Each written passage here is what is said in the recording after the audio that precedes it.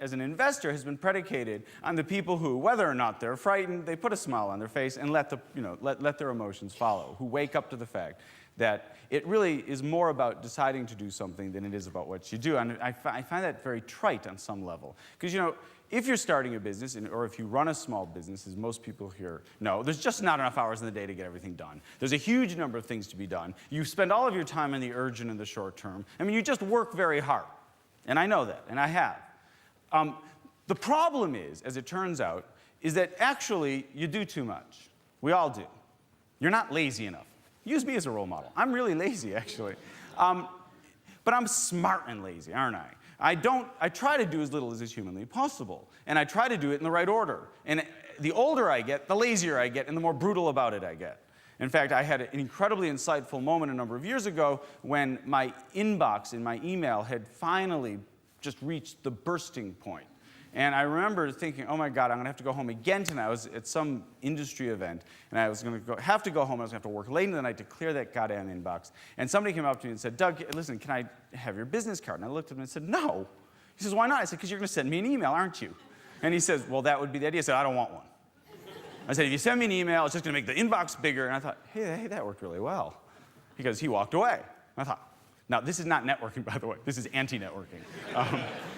I'm not advocating walking into trade shows going, no, I'm not giving you one. Yeah. But it was one more insightful moment. I realized, actually, I was my own victim once again. I had been letting anyone talk to me, and I wasn't letting the people who actually potentially mattered talk to me. And so I was not filtered. I was just handing out, when somebody asked for my business card, I say, here's my business card. Now, if you ask for my business card, odds are quite high. I will say, no, but I'll do it with a smile. I'll be very nice about it. I'll say, no, because actually there's no reason I'd want to talk to you. No, I won't say that. I'm a nice person. I'd say, is there a reason we need to be exchanging email addresses? I might even tell them this story to take some of the sting out of it. But I did realize at the end of the day, I make my own position. You sleep in the bed you make. You may have to make decisions proactively and preemptively, and you succeed or fail. Interestingly enough, I noticed that the clock keeps moving for some reason. It doesn't stop, does it? No matter how long my stories are. And I did tell Chris that I would take Q&A if you're interested in doing that with me. So I shall leave lots of time for such things. And you might even get something productive out of me if we do. But I want to just add one more story to the pile that's, I think, pretty irrelevant. I did appear on Dragon's Den, ultimately. And Dragon's Den, interestingly enough, is the source of most of the interesting investment experiences I've ever had. Not successful investment experiences, of course, because the BBC chooses your investment opportunities, and they are the most deeply uncommercial organization that has ever existed. I have never met a group of people who knew less about business in my entire life. And they, of course, would choose these companies, especially in the first series, with absolutely no clue what constituted a company that could possibly prosper. And they loved a gadget, and they loved a vivid personality that was quite telegenic, either in a good or a bad way. And they were really pretty agnostic to whether or not the damn thing would ever succeed. And so I remember the first week on the Dragon's Den set was a very long week for the producers because, their commitment was they would just roll the cameras until we reached into our pockets. And they thought they were going to be there for years at the rate we weren't investing. Because they just kept on putting the most heroically bad opportunities in front of us. In fact, I actually had a contest going, because I like to keep busy, and I had a contest in my own mind, which was what's the worst business pitch I've ever heard contest. And, on a good morning on Dragon's Den, the pole position could rotate like 20 times. Until this one woman appeared.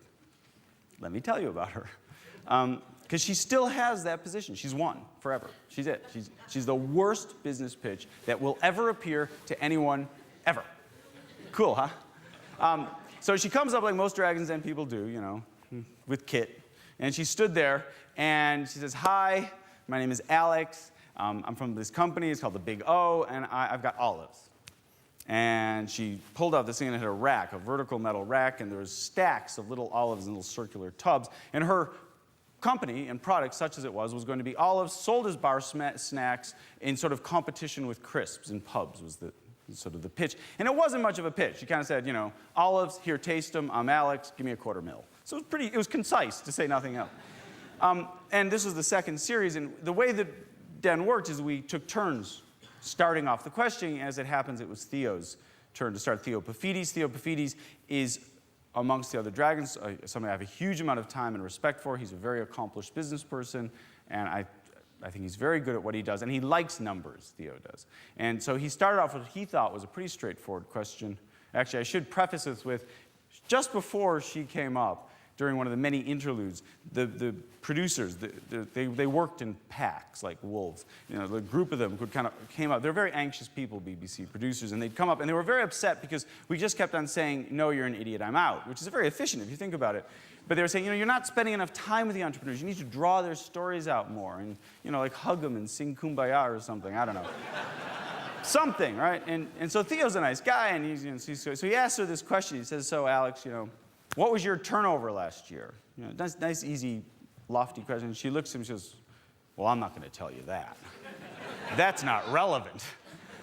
I got to tell you, it's relevant, okay? You know, and then sort of the scheme of investment revenue, kind of a useful thing to know.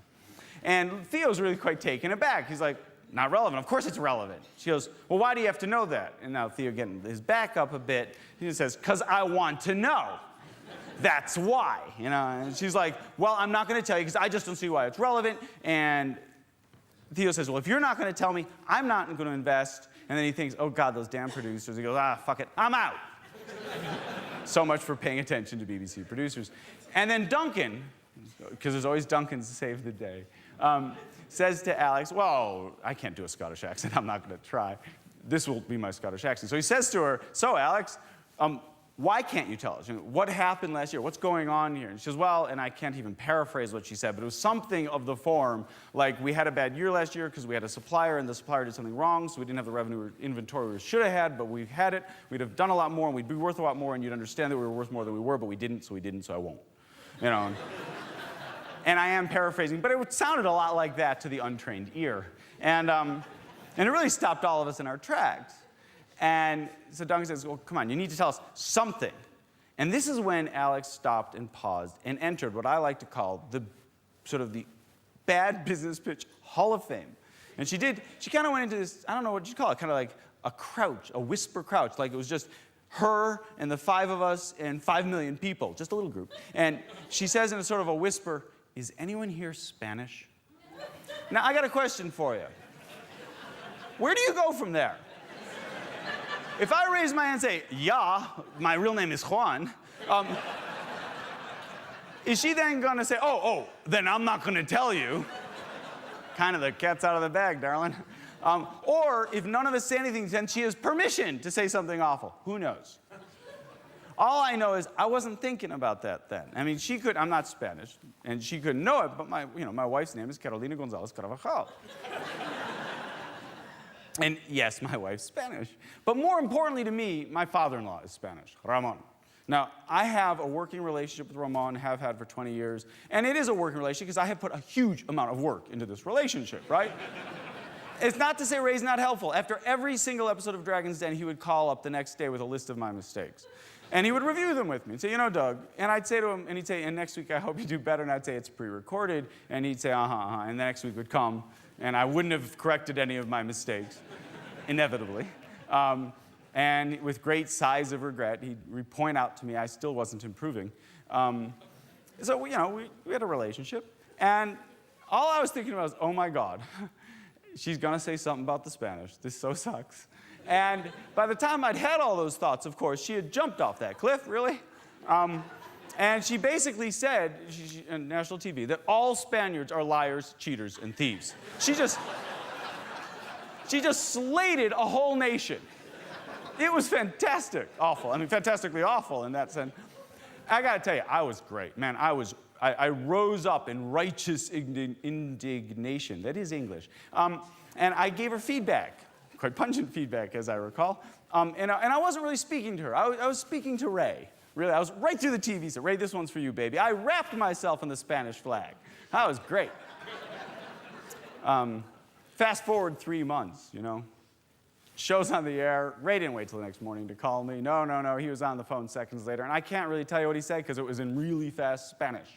But I got the tone of voice, you know. And I think it was more or less she should have married the bloody other boyfriend. And this woman wiped out a good solid 20 years of work. And as you know, I am motivated by revenge, so I thought I'd share her story with you today. And so to my great delight, she did fail, ultimately. Actually, she failed as of the next day because you can't really slate a nation on TV. Some people are worth investing in. Others, I have my doubts. Ladies and gentlemen, thank you very much.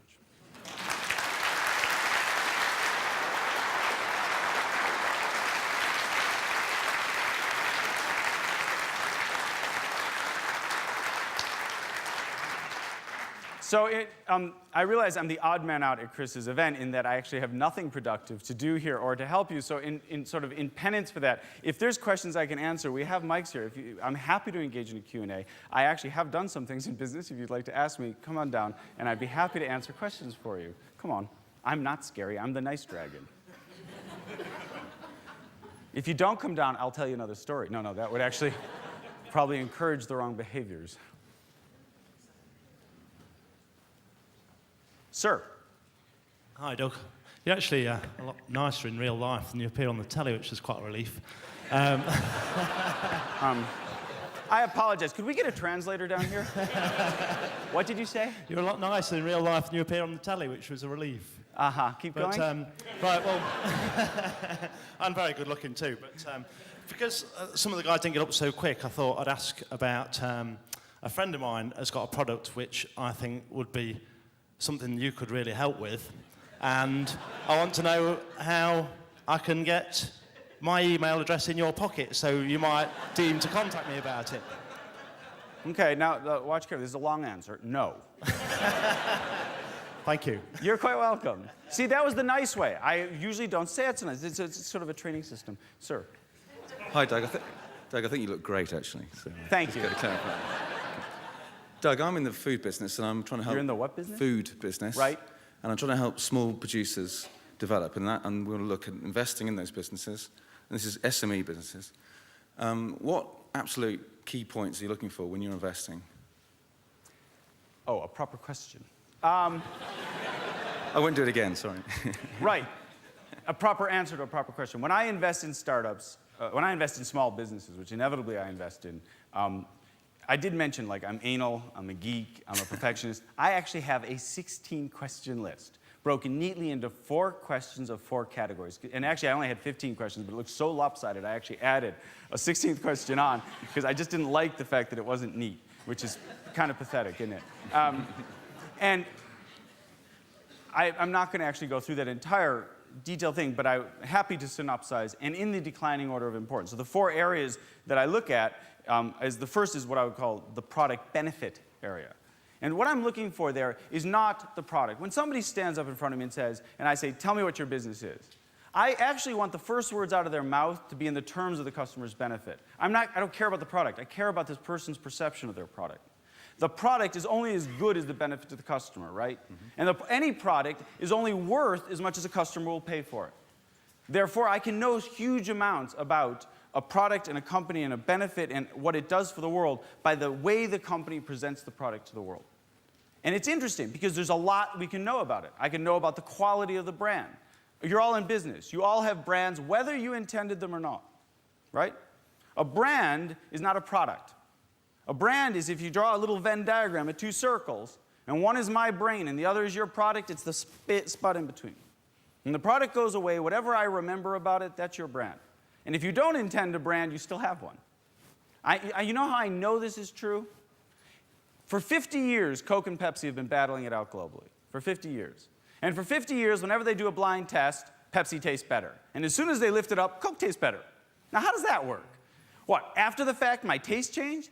Yes. Because a brand, I mean, this is sugar water, guys. They're relatively indistinguishable propositions. In fact, it's syrup that they ship out and put seltzer in. So there is a huge difference between these 2 things.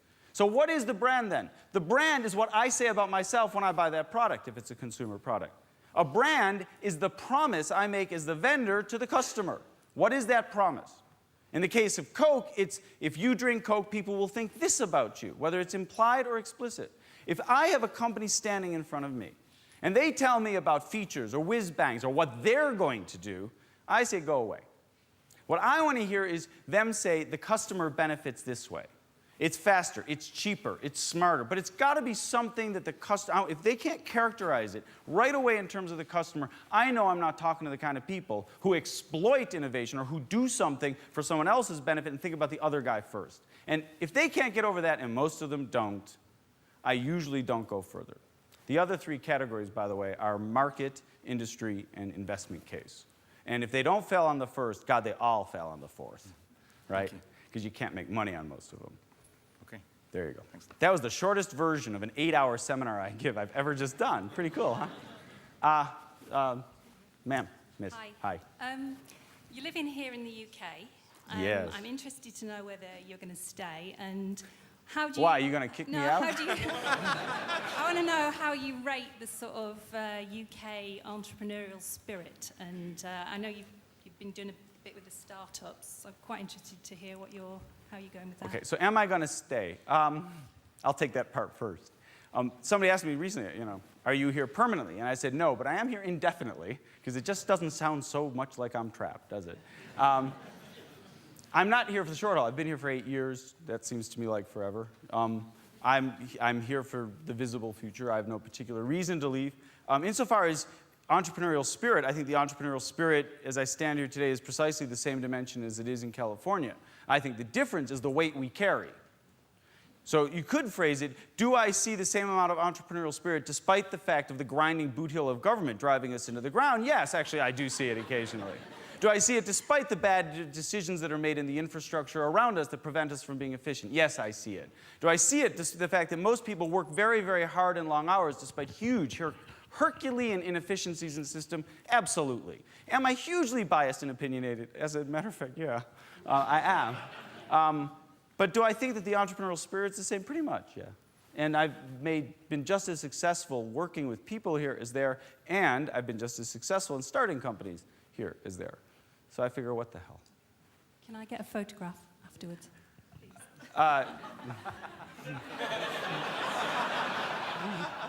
Sure. This is my good side. That makes me feel good. You can't have my photograph. Okay, well. Well, I thought you were the good guy, actually. Oh, I love I've you seen too in now. I TV changed my before, mind. But Hello, I didn't Ken. think that I would be expecting, a comedy show here, really, today. What, I'm not serious? What can I do for you? Basically, what I want to know is, for a startup company which is undercapitalized but has a good idea and a good business plan, should it be the first or the last option to go for venture capitalists and angel investors? Or should they try other options first? Okay, so it's a very good question, actually. And I'll start with the short answer, and then I'll give you the long answer. The short answer is the last option. But the long answer, as usual, is more complicated.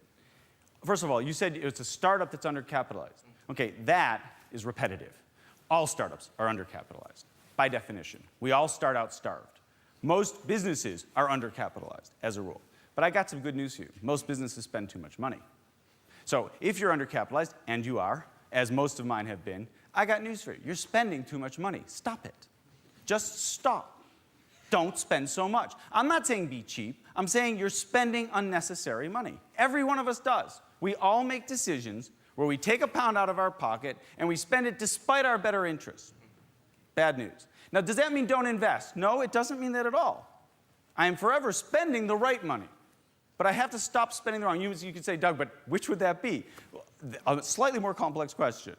But there is a challenge here, and that is I do believe in the ultralight startup. I do believe that small businesses in particular, it's incumbent upon you to make your job easier by spending less, because then your revenue demands are less. The weight is lifted from your shoulders. So capital should be something that you get from another person, not trivially.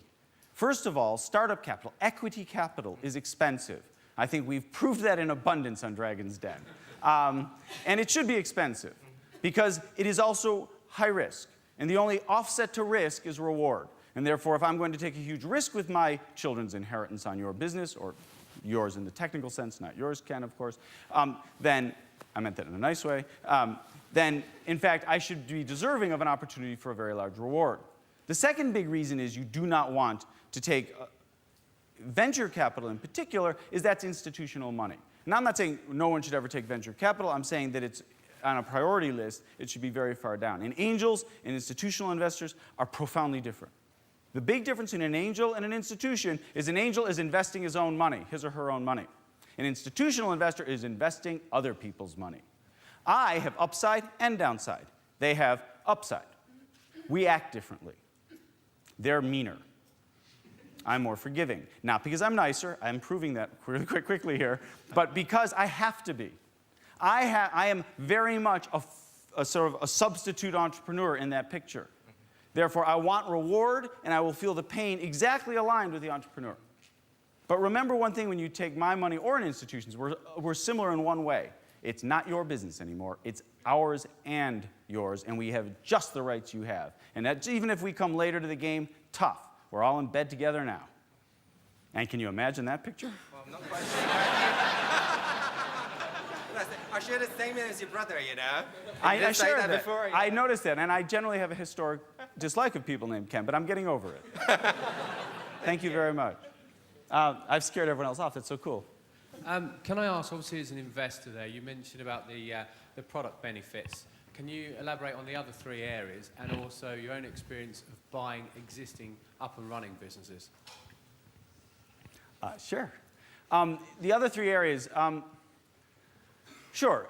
When I look at investable businesses and I look under markets, I generally am pretty much obsessively looking not for what the size of the market space they're in. I'm looking, actually I don't really care. I like businesses that sell into small or large markets. I only care that the market they're in is growing fast. Because you don't have to be as good a business if the market itself is growing. You are lofted with that marketplace.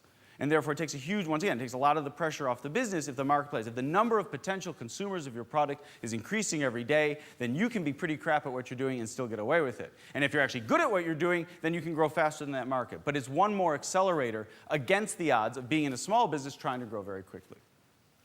So when I look at marketplaces, I like to see marketplaces that are growing. The second thing I look for in marketplaces is what is the tactical